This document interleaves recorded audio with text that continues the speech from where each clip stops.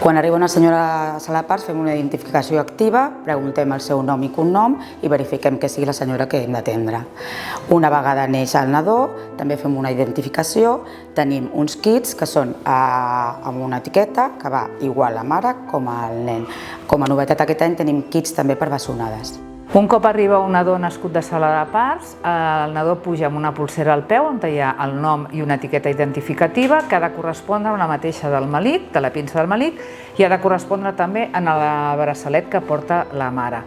I una altra de les coses que també dintre de la seguretat del pacient s'ha establert últimament, que també va molt lligat a la humanització del tracte amb el pacient, és que quan fem les revisions dels nadons, els pares entren amb el nen.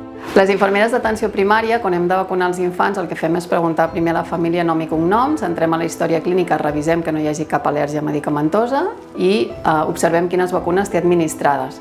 Llavors administrem la que toca a la revisió i llavors ho enregistrem al llibret de salut. Les vacunes sempre estan guardades a la nevera, dintre d'un rang de temperatura adequat, i hi ha una supervisió d'aquest rang en els torns de matí i tarda. En el nostre servei d'urgències, per garantir la seguretat dels nostres infants, sempre fem una identificació activa.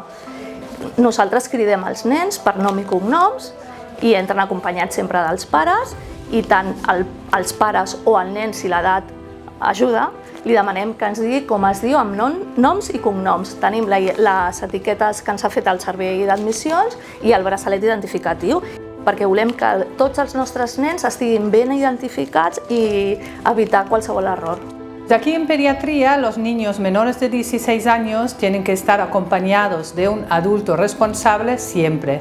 Para garantizar la seguridad del paciente, hacemos la identificación activa, preguntando bien a los padres o a los niños directamente. Tots els infants o els nens que entrin a l'àrea quirúrgica han de venir acompanyats amb els pares fins aquí al transfer i han de venir identificats amb el braçalet identificatiu.